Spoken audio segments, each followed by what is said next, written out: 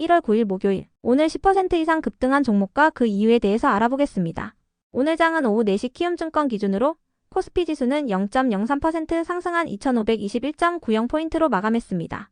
외국인은 매수, 기관은 매도로 임한 가운데 개인은 매도로 대응했네요. 오늘 코스피 거래 대금은 11조 원입니다. 한편 코스닥 지수는 0.54% 상승한 723.52포인트로 마감했습니다. 외국인은 매도, 기관은 매수로 임한 가운데 개인은 매수로 대응했습니다. 오늘 코스닥 거래 대금은 7조 원입니다. 그럼 본격적으로 오늘의 급등 종목들을 살펴볼게요. 오늘 10% 이상 급등한 종목은 총 33종목으로 코스피에서는 8종목, 코스닥에서는 25종목이 나왔습니다. 이 중 상한가 종목은 주연테크, 까뮤이엔씨, ICD, 하이젠 R&M, 소프트센, SGA, JT 7종목이고요. 오늘 하한가 종목은 없었습니다. 총 33개의 급등 종목 중 상위 30개 종목들을 테마별로 묶어보니 4개 테마로 나눠볼 수 있었어요. 그 외 나머지는 개별 이슈로 오른 종목들인데요. 먼저 1번 반도체 유리기판 테마입니다. 미국의 바이든 행정부가 인공지능 반도체를 동맹국에만 수출하고 나머지 국가에는 구매량을 제한하는 새로운 수출 통제를 계획하고 있다는 소식입니다. 블룸버그 통신에 따르면 바이든 행정부는 AI 개발이 우방국에서만 집중적으로 이뤄지고 세계 기업들이 미국의 기준을 따르도록 하기 위해 데이터 센터에 사용되는 AI 반도체의 판매를 국가별과 기업별로 제한할 계획이라고 알려졌는데요. 이를 위해 바이든 행정부는 국가들을 3개 등급으로 나누고 미국과 동맹으로 구성된 최상 2층 국가에게만 미국산 반도체를 제한 없이 구매할 수 있게 할 예정이라고 전해졌습니다. 여기에는 한국과 일본, 대만 등의 아시아 동맹국들과 영국, 프랑스, 독일, 캐나다 등의 주요 서방 국가들이 포함된다고 알려졌는데요. 반면에 중국과 러시아, 북한, 이란, 베네수엘라 등의 적대국들은 사실상 미국산 반도체 수입이 막힐 것으로 보입니다. 한편 최태원 SK그룹 회장이 엔비디아의 유리기판을 공급한다는 듯한 발언을 내놓았는데요. 최 회장은 SK그룹의 부스 안에 전시된 SKC의 유리기판 모형을 들어올리며 방금 팔고 왔다고 언급했어요. 최 회장은 부스를 찾기 전 젠슨항 CEO를 만났기 때문에 엔비디아에게 직접 유리기판을 판매하고 온 것으로 해석되고 있습니다. 최 회장은 최근 SK 하이닉스의 개발 속도는 엔비디아의 요구를 넘기 시작했다며 언제 뒤집힐지는 모르지만 이제는 역전이 일어나기 시작했다고 밝혔는데요. 이 같은 소식들 속에서 반도체 관련주들이 상승한 가운데 특히 SKC가 급등세를 보이면서 유리기판 관련주들이 시장에서 주목받았습니다. 반면에 어제 3%대의 상승세를 보였던 삼성전자는 하락세로 마감했습니다. 이 중에서도 ICD는 SKC의 미국 자회사인 앱솔릭스에 건식 식각장비를 납품한다는 사실이 부각되며 상한가로 마감해 주었네요. 다음은 이번 로봇 테마입니다. CES 2025가 1월 10일 폐막을 앞두고 있는 가운데 이번 전시회를 통해 SK그룹과 엔비디아의 관계가 견고함을 입증했다는 평가가 나오고 있는데요. 두 기업의 수장인 최태원 회장과 젠슨한 CEO는 피지컬 AI와 AI 로봇을 주제로도 의견을 나눴다고 전해졌습니다. 피지컬 AI란 로봇이나 자율주행 등의 하드웨어에 탑재되는 AI인데요. 생성형 AI의 지능과 연산에 필요한 AI와는 다르게 물리적인 활동이나 이동이 필요할 때 쓰이는 기술이에요. 이 같은 소식에 두 기업이 반도체를 넘어 로봇 분야에서도 협업할 것이라는 기대감이 나오면서 로봇 관련주들이 강세를 이어갔습니다. 한편 LG전자의 조조한 CEO는 이번 CES 2025를 통해 인공지능 에이전트인 Q9을 연말에 출시할 계획이라고 밝혔는데요. 해당 에이전트는 휴머노이드 로봇의 초기 버전이라고 전해졌습니다. 다음은 3번 코로나 엠폭스 테마입니다. 중국과 미국에서 인체 메타뉴모 바이러스 감염자가 빠르게 증가하고 있다고 전해지면서 관련주들의 상승세가 이어지고 있습니다. 최근 인도와 말레이시아에서도 해당 바이러스 환자가 보고됐는데요. 이러한 소식들 속에서 제2의 코로나가 일어날 수 있다는 우려가 이어지고 있어요. 한편 아프리카에서 확산 중인 변종 엠폭스 감염 환자가 프랑스에서도 처음으로 발생했다는 소식도 전해진 바 있는데요. 프랑스 보건부는 감염자가 중앙 아프리카를 직접 여행한 적은 없지만 중앙 아프리카에서 귀국한 사람 2명과 접촉했다고 밝혔습니다. 이 같은 소식 속 한국에서 독감 환자가 급증하고 있다는 소식도 지속 이슈로 작용되면서 코로나와 엠폭스, 진단키트, 마스크 등의 관련주들이 강세를 이어갔습니다. 다음은 4번 2차전지 테마입니다. 장덕현 삼성전기 사장이 CES 2025를 방문하여 삼성전기의 전고체 전지는 업계 최고 수준의 에너지 밀도와 용량 특성을 확보했다고 밝혔습니다. 올해 양산 설비를 투자하여 시제품을 공급하고 2026년 이후에는 적용 제품들을 확대할 예정이라고 발표했는데요. 삼성전기가 개발하고 있는 전고체 전지는 재료의 안정성이 높은 산화물계 고체 전해질을 사용하여 웨어러블 기기나 소형 IT 기기에서 리튬 전지를 대체할 것으로 기대되고 있습니다. 이 같은 소식에 일부 2차전지 기업들이 강세를 보였는데요. 오늘 장 막판에는 에코프로비엠이 갑작스런 급등세를 보였으니 체크해주세요. 한편 LG엔솔은 잠정실적 발표를 통해 작년 4분기 매출이 전년 동기 대비 19% 줄어든 6조 4,512억 원을 기록했으며 영업이익은 적자 전환한 마이너스 2,255억 원을 기록했다고 발표했는데요. 미국에서 받는 보조금을 제외하면 영업손실 규모가 6천억 원 규모라고 전해졌습니다.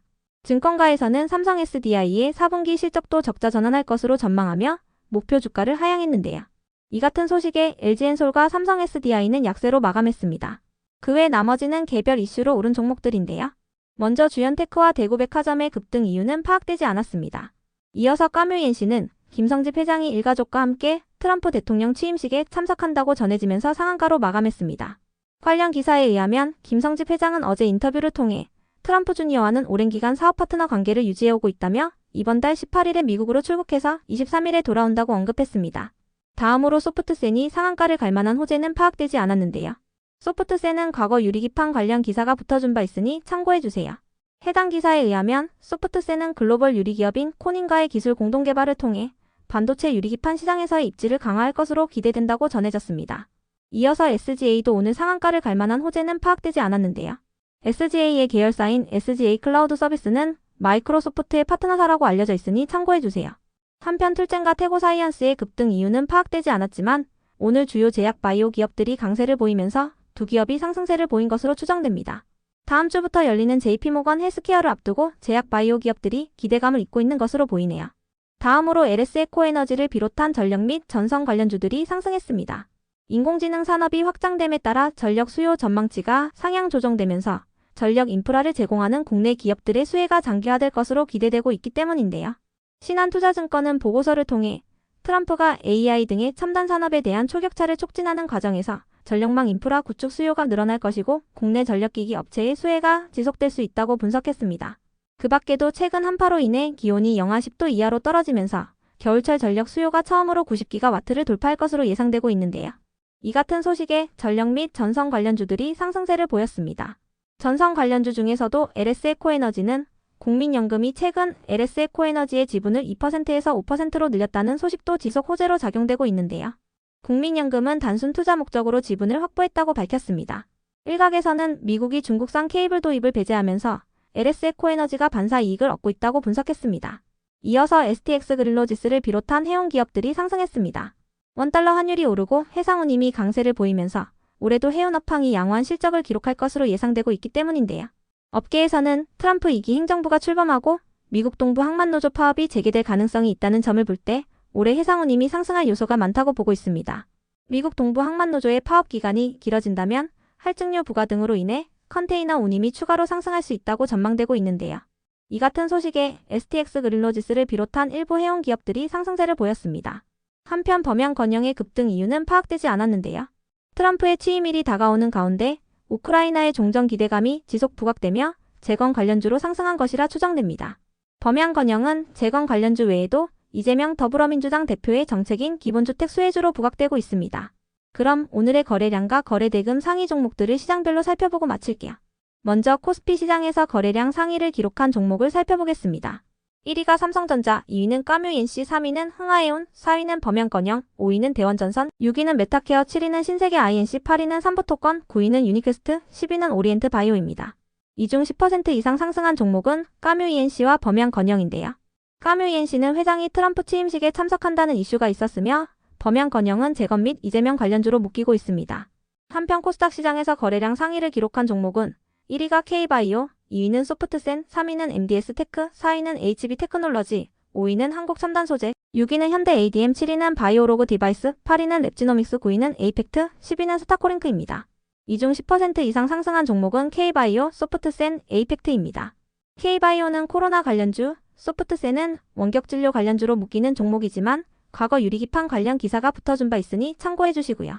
에이펙트는 반도체 관련주입니다. 다음으로 코스피 시장에서 거래대금 상위를 기록한 종목을 살펴보겠습니다. 1위가 삼성전자, 2위는 하이닉스, 3위는 SKC, 4위는 하나오션, 5위는 한미반도체, 6위는 유한양행, 7위는 LG엔솔, 8위는 기아, 9위는 신세계 INC, 10위는 현대차입니다. 이 중 10% 이상 상승한 종목은 유리기판 관련주인 SKC입니다. 한편 코스닥 시장에서 거래대금 상위를 기록한 종목은 1위가 레인보우 로보틱스, 2위는 피롭틱스, 3위는 로보티즈, 4위는 한국첨단소재, 5위는 알테오젠, 6위는 클로버, 7위는 신성 델타테크, 8위는 온코크로스, 9위는 에코프로비엠, 10위는 YC캠입니다. 이 중 10% 이상 상승한 종목은 로보티즈와 YC캠입니다. 각각 로봇 관련주, 유리기판 관련주입니다.